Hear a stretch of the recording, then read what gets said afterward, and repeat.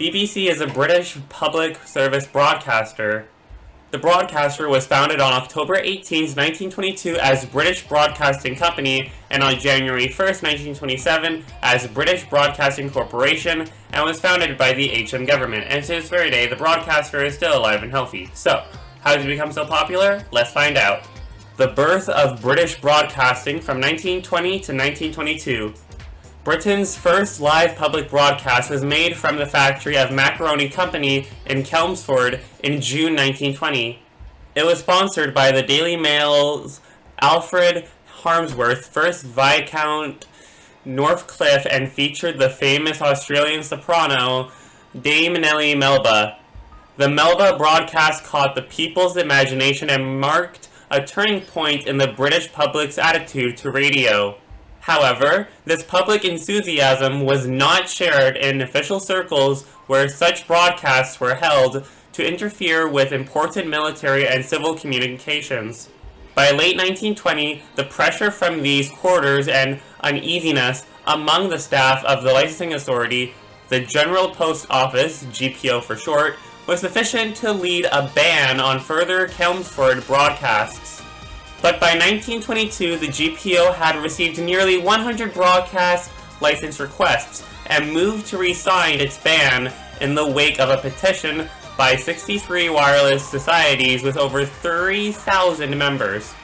Anxious to avoid the same chaotic expansion experienced in the United States, the GPO proposed that it would issue a single broadcasting license to a company jointly owned by a consortium of leading wireless receiver manufacturers to be known as the British Broadcasting Company, Ltd., which was formed on October 18, 1922. John Reith, a Scottish Calvinist, was appointed its general manager in December 1922, a few weeks after the company made its first official broadcast. L. Stanton Jeffries was its first director of music. The company was to be financed by a royalty on the sale of BBC wireless receiving sets from approved domestic manufacturers. To this day, the BBC aims to follow the Reithian Directive to inform, educate, and entertain. From private company towards public service corporation from 1923 to 1926.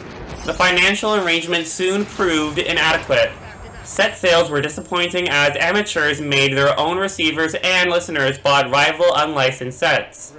By mid-1923, discussions between the GPO and the BBC had become deadlocked, and the Postmaster General commissioned a review of broadcasting by the Skies Committee. The committee recommended a short-term reorganization of license fees with improved enforcement in order to address the BBC's immediate financial distress, and an increased share of the license revenue split between it and the GPO. This was to be followed by a simple 10 shillings license fee to fund broadcasts. The BBC's broadcasting monopoly was made explicit for the duration of its current broadcast license, as was the prohibition on advertising. To avoid competition with newspaper, Fleet Street persuaded the government to ban news bulletins before 7 p.m., and the BBC was required to source all news from external wire services. Mid-1925 found the future of broadcasting under further consideration, this time by the Crawford Committee. By now, the BBC, under Reith's leadership, had forged a consensus favoring a continuation of the unified monopoly broadcasting service, but more money was still required to finance rapid expansion. Wireless manufacturers were anxious to exit the loss-making consortium, and Reith was keen that the BBC be seen as a public service rather than a commercial enterprise. The recommendations of the Crawford Committee were published in March the following year and were still under consideration by the GPO and when the 1926 United Kingdom general strike broke out in May. The strike temporarily interrupted newspaper production, and with restrictions on news bulletins waived, the BBC suddenly became the primary source of news for the duration of the crisis. The crisis placed the BBC in a delicate position. On the one hand, Reith was acutely aware that the government might exercise its right to commandeer the BBC at any time as a mouthpiece of the government if the BBC were to step out of line. But on the other, he was anxious to maintain public trust by appearing to be acting independently. The government was divided on how to handle the BBC, but ended up trusting Reith, whose opposition to the strike mirrored the PM's own. Although Winston Churchill in particular wanted to commander the BBC to use it to the best possible advantage, Reith wrote that Stanley Baldwin's government wanted to be able to say that they did not commander the BBC, but they know that they can trust us not to be really impartial. Thus, the BBC was granted sufficient leeway to pursue the government's objectives largely in a manner of its own choosing. The resulting coverage of both striker and government viewpoints impressed millions of listeners who were unaware that the PM had broadcast to the nation of Reith's home, using one of Reith's sound bites inserted at the last moment, or that the BBC had banned broadcasts from the Labour Party and delayed a peace appeal by the Archbishop of Canterbury. Supporters of the strike nicknamed the BBC the BFC for Falsehood Company, for British Falsehood Company. Reith personally announced the end of the strike, which he marked by reciting from Blake's Jerusalem, signifying that England had been saved. While the BBC tends to characterize its coverage of the general strike by emphasizing the positive impression created by its balanced coverage of the views of government and strikers, Seaton has characterized the episode as the invention of the modern propaganda in its British form. Reith argued that trust gained by authentic impartial news could be used. Impartial news was not necessarily an end in itself. The BBC did well out of the crisis, which cemented a national audience for its broadcasting, and it was followed by the government's acceptance of the recommendation made by the Crawford Committee from 1925 to 1926 that the British Broadcasting Company be replaced by a non-commercial Crown character organization, the British Broadcasting Corporation. 1927 to 1939. The British Broadcasting Corporation came into existence on January 1st, 1927, and Reith, newly knighted, was appointed its first Director General. To represent its purpose and stated values, the new corporation adopted the coat of arms, including the motto, "Nation shall speak peace unto nation." British radio audiences had little choice apart from the upscale programming of the BBC. Reith, an intensely moralistic executive, was in full charge.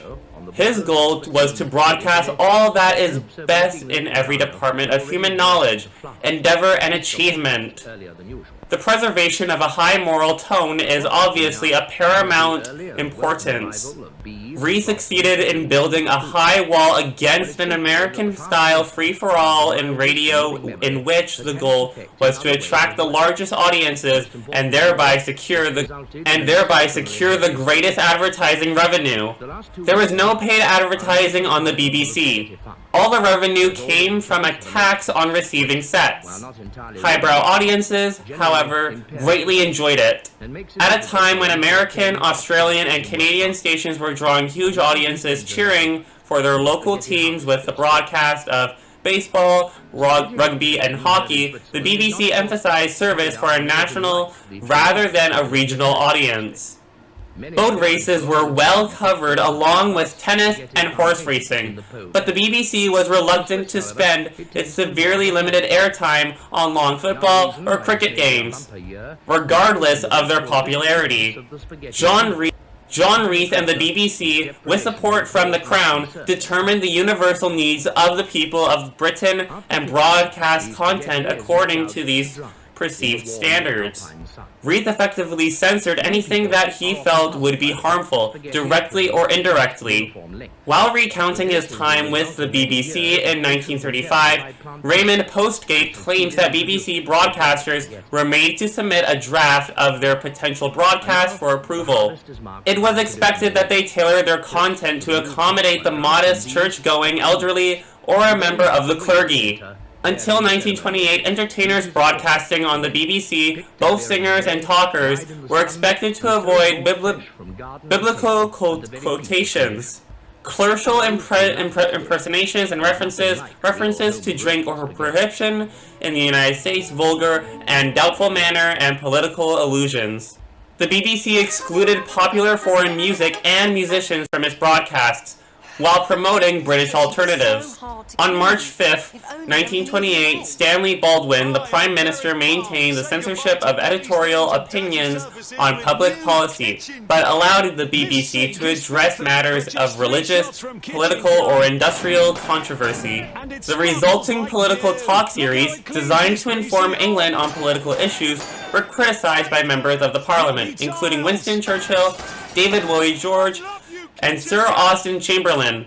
Those who opposed these chats claimed that they silenced the opinions of those in Parliament who are not nominated by party leaders or party whips, thus stifling independent, non-official views. In October 1932, the policemen of Metropolitan Police Federation marched in a protest at a purposed pay cut. Fearing the dissent within the police force and public support for the movement, the BBC censored its coverage of the events, only broadcasting official statements from the government. Throughout the 1930s, political broadcasts had been closely monitored by the BBC. In 1935, the BBC censored the broadcast of Oswald Mosley and Harry Pollitt. Mosley was a leader of the British Union of Fascists, and Pollitt a leader of the Communist Party of Great Britain. They had been contracted to provide a series of 5 broadcasts on their party's politics.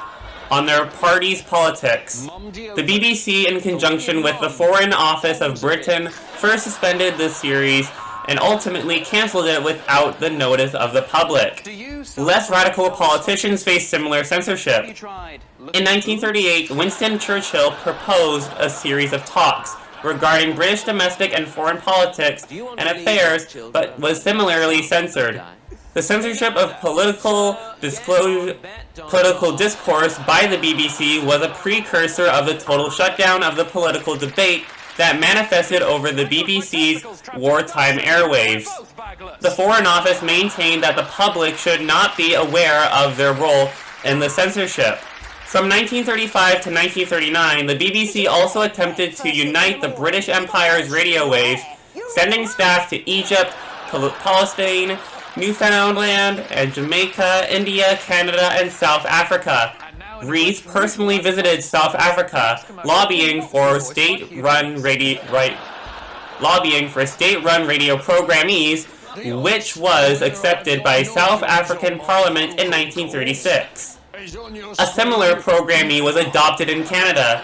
Through collaboration with these state-run broadcasting centers, Reith left a legacy of cultural influence across the Empire of Great Britain with his departure from the corporation in 1938.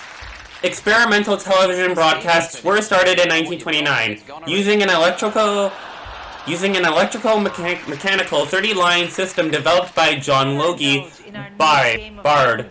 Limited regular broadcasts using this system began in 1932, and an expanded service, now named the BBC Television Service, started from Alexandra Palace in November 1936, alternating between an improved Bard mechanical 240-line system and the all-electronic 405-line Macaroni EMI system, which had been developed by an EMI research team led by Sir Isaac Schoenberg.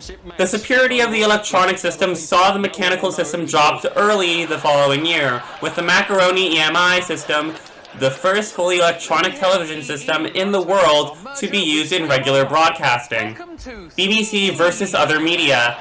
The success of broadcasting provoked animosities between the BBC and well-established media such as theaters, concert halls, and the radio recording industry. By 1929, the BBC complained that the agents of many comedians refused to sign contracts for broadcasting because they feared it harmed the artist by making his material sale, and that it reduces the value of the artist as a visible music hall performer. On the other hand, the BBC was keenly interested in a cooperation with the recording companies who in recent years have not been slow to make records of singers, orchestras, bands, etc., who have already proved their power to achieve popularity by wireless. Radio plays were so popular that the BBC had received 6,000 manuscripts by 1929, most of them written for stage and of little value for broadcasting. Day in and day out, manuscripts come in and nearly all go out again through the post, with the note saying, "We regret," etc.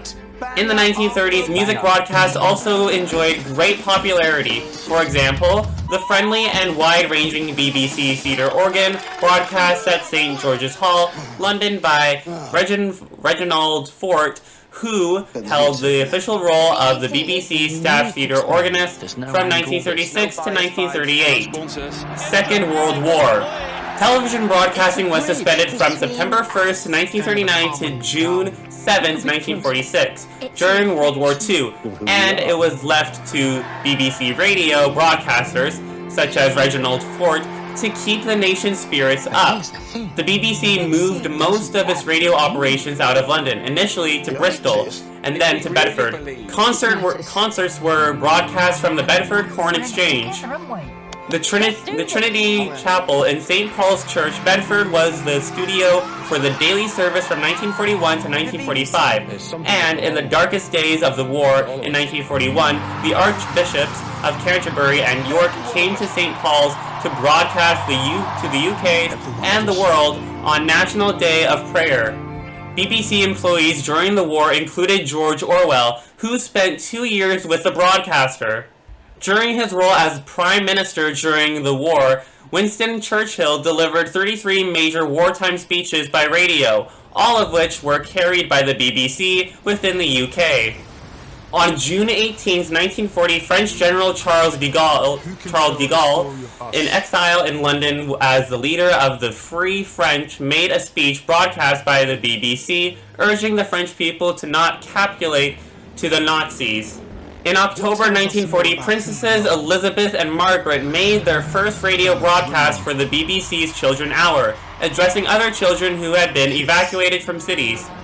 In 1938, John Reith and the government of the United Kingdom, specifically the Ministry of Information, which had been set up for World War II, designed a censorship apparatus for the inevitability of the war.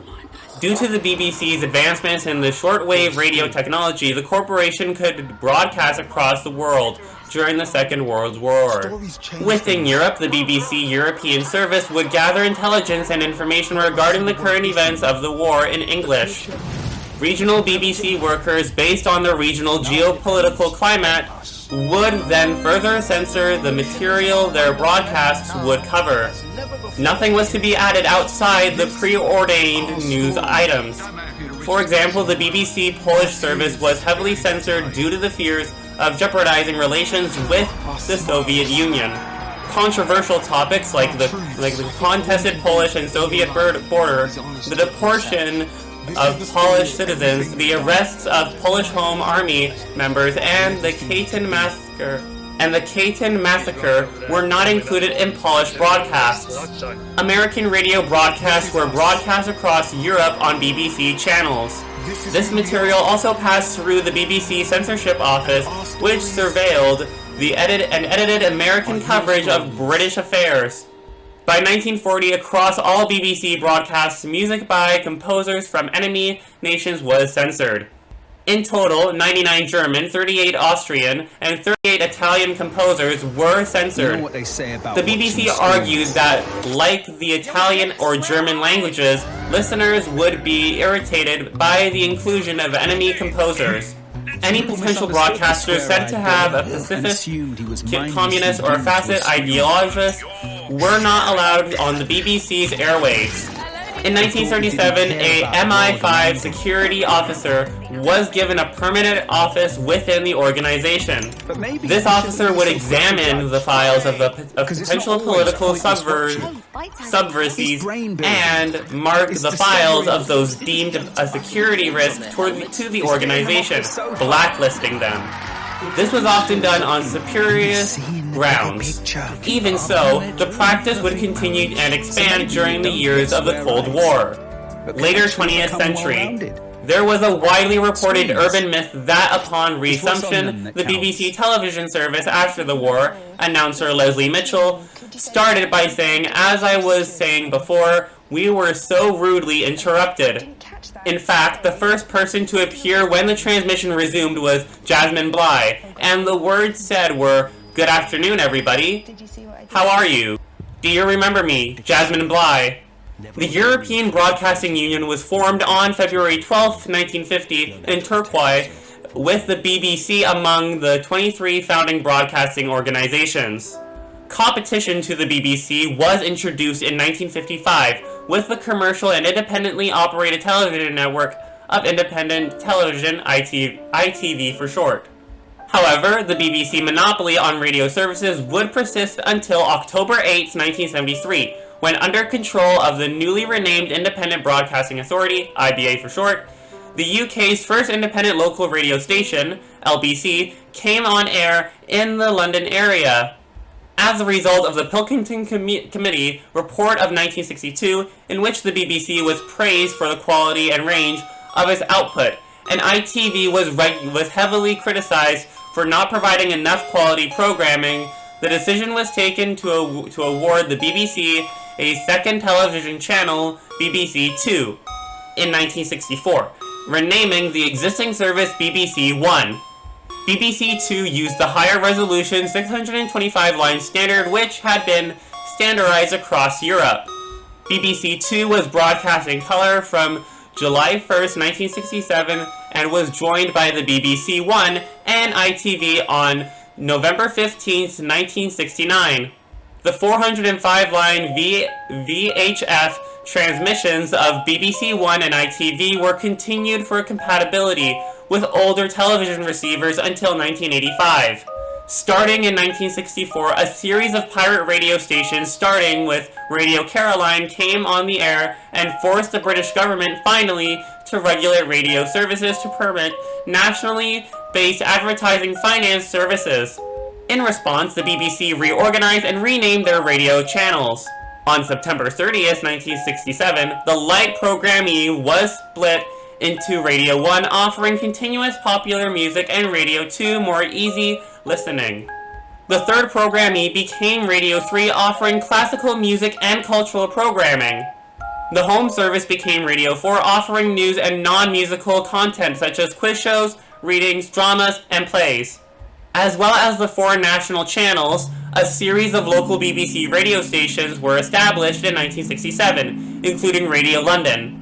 In 1969, the BBC Enterprises Department was formed to exploit BBC brands and programmes for commercial spin-off products. In 1979, it became a wholly owned limited company, BBC Enterprises Limited. In 1974, the BBC's teletext service, CFAX, was introduced, created initially to provide subtitling, but developed into a news and information service.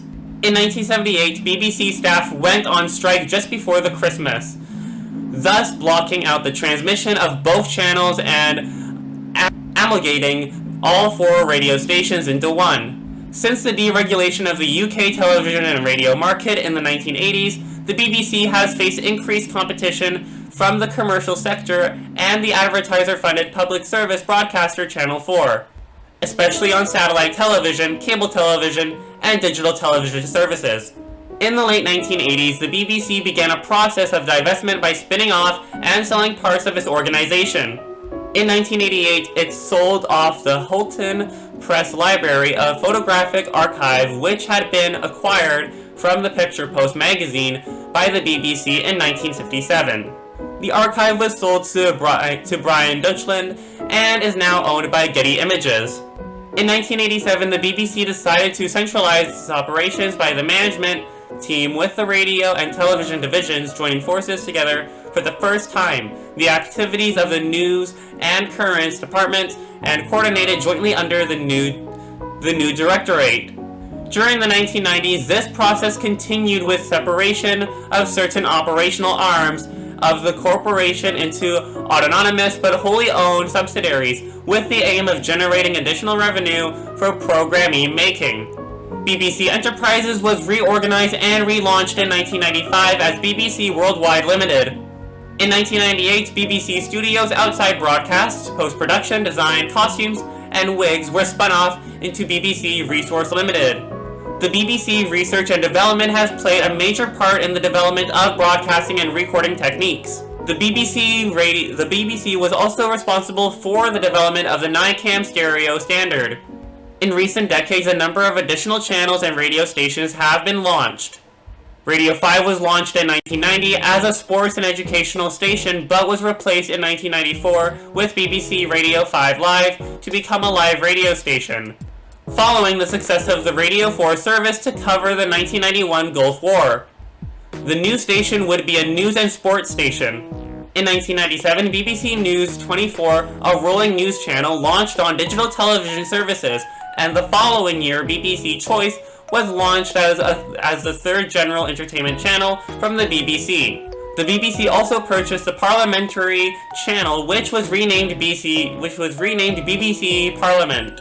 In 1999, BBC Knowledge launched as a multimedia channel with services available on the newly launched BBC Text digital teletext service, later rebranded as BBC Red Button, and on BBC Online.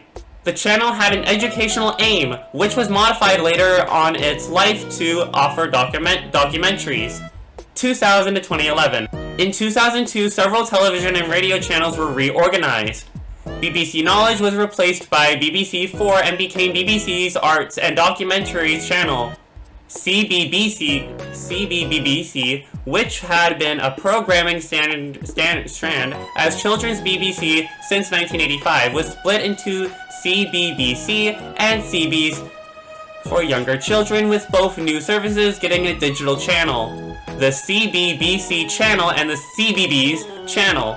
In addition to the television channels, new digital radio stations were curated: 1 Extra, 6 Music, and Radio 4 Extra.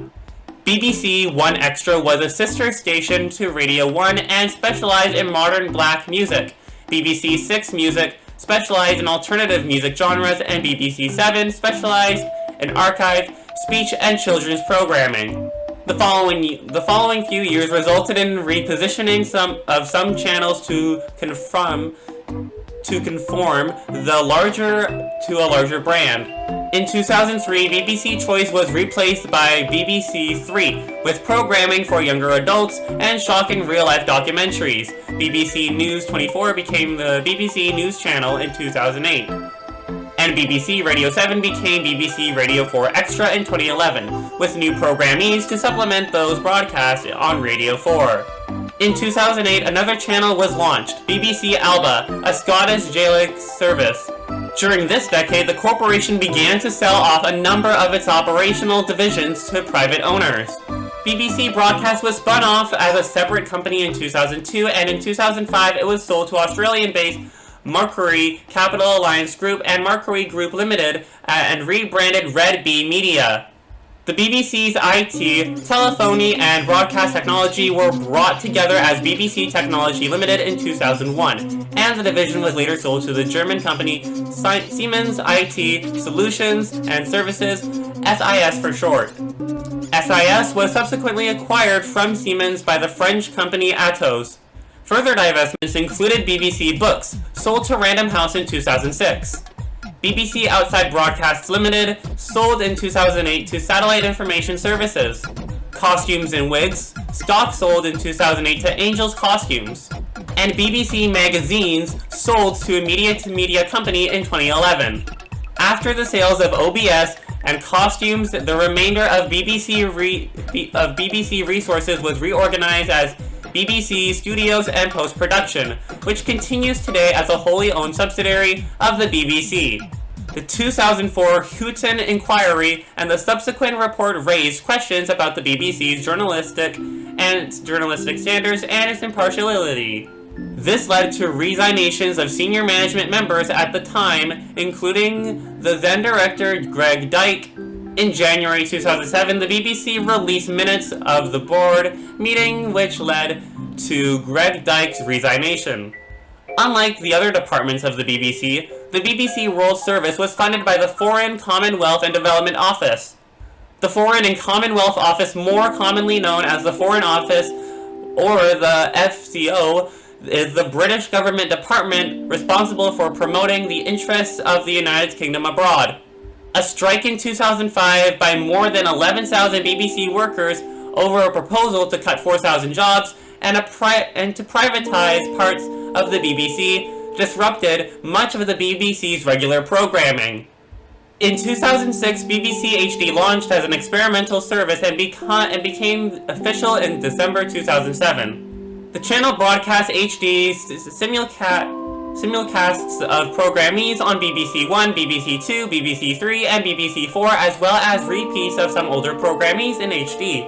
In 2010, an HD simulcast of BBC One launched, BBC One HD. The channel uses HD versions of BBC One schedule and uses upscaled versions of programmes not currently produced in HD. The BBC HD channel closed in March 2013 and was replaced by BBC Two HD in the same month. On October 18, 2007, BBC Director General Mark Thompson announced a controversial plan to make major cuts and reduce the size of the BBC as an organization. The plans included a reduction in posts of 2,500, including 1,800 redundancies, consolidating news operations, reducing programming output by 10%, and selling off the flagship television centre building in London. These plans were furiously opposed by unions, who threatened a series of strikes. However, the BBC stated that the cuts were essential to move the organisation forward and concentrate on increasing the quality of programming. On October 20th, 2010, the Chancellor of the Exchequer, George Osborne, announced that the television license fee would be frozen at its current level until the end of the current charter in 2016. The same announcement revealed that the BBC would take on full costs of running the BBC World Service and the BBC Monitoring Service of the Foreign and Commonwealth Office and partially finance the Welsh broadcaster. 2011 to present. Further cuts were announced on October 6, 2011, so the BBC could reach a total reduction in their budget of 20% following the license fee freeze in October 2010, which included cutting staff by 2,000 and sending a further 1,000 to the Media City UK development in Salford. With BBC Three moving online only in 2016, the sharing of more programmes between stations and channels, sharing of radio news bulletins, more repeats in schedules, including the whole BBC Two daytime for some original programming to be reduced. BBC HD was closed on March 26, 2013 and was replaced with an HD simulcast of BBC Two. However, flagship programmes, other channels, and full funding for CBBC and CBeebies would be retained. Numerous BBC facilities have been sold off, including New Broadcasting House on Wilmslow Road in Manchester. Many major departments have been relocated to Broadcasting House in central London and Media City UK in Salford, particularly since the closure of BBC Television Centre in March 2013. On February 16, 2016, the BBC Three television service was discontinued and replaced by a digital outlet under the same name, targeting its young adult audience with web series and other content. Under the new Royal Charter instituted in 2017, the corporation must publish an annual report to Ofcom, outlining its plans and public service obligations for the next year. In its 2017-18 report released July 2017, the BBC announced plans to reinvent its output to better compete against commercial streaming services such as Netflix. These plans included increasing the diversity of its content on television and radio, a major increase in investments towards digital children's content, and plans to make larger investments in Wales, Scotland, and Northern Ireland to rise to the challenge of better reflecting and representing a changing UK. Since 2017, the BBC has also funded the Local Democracy Reporting Service, with up to 165 journalists employed by independent news organizations to report on local democracy issues on a pooled bias. In 2016, the BBC Director General Tony Hall announced a savings target of £800 million per year by 2021, which is about 23% of annual license fee revenue. Having to take on the £700 million cost for free TV licenses for the over 75 pensioners and rapid inflation in drama and sport coverage costs was given as the reason. Duplication of management and content spending would be reduced, and there would be a review of BBC News. In September 2019, the BBC launched the Trusted News Initiative to work with news and social media companies to combat disinformation about national elections. In 2020, the BBC announced a BBC News savings target of £80 million per year by 2022, involving about 520 staff reductions. The BBC's Director of News and Current Affairs, Fran Unsworth, said there would be further moves toward digital broadcasting, in part to attract back a youth audience and more pooling of reporters to stop separate teams covering the same news. In 2020, the BBC reported a £119 million deficit because of delays to cost reduction plans, and the forthcoming ending of the remaining £253 million funding towards pensioners' license fees would increase financial pressures. In January 2021, it was reported that former banker Richard Sharp would succeed David Clementi as chairman when he stepped down in February. In March 2023, the BBC was at the center of a political row with football pundit Gary Lineker after he criticized the British government's asylum policy on social media. Lineker was suspended from his position on Match of the Day before being reinstated after receiving overwhelming support from his colleagues. The scandal was made worse due to the connections between BBC's chairman, Richard Sharp, and the Conservative Party. In April 2023, Richard Sharp resigned as chairman after a report found he did not disclose potential perceived conflicts of interest in his role in the facilitation of a loan to Prime Minister Boris Johnson. Dame Elaine Claw-Stephens was appointed as acting chairwoman on June 27, 2023, and she would lead BBC board for a year or until a new permanent chairman has been appointed. Samir Shah was subsequently appointed with effect from March 4th, 2024. And there's the history of BBC.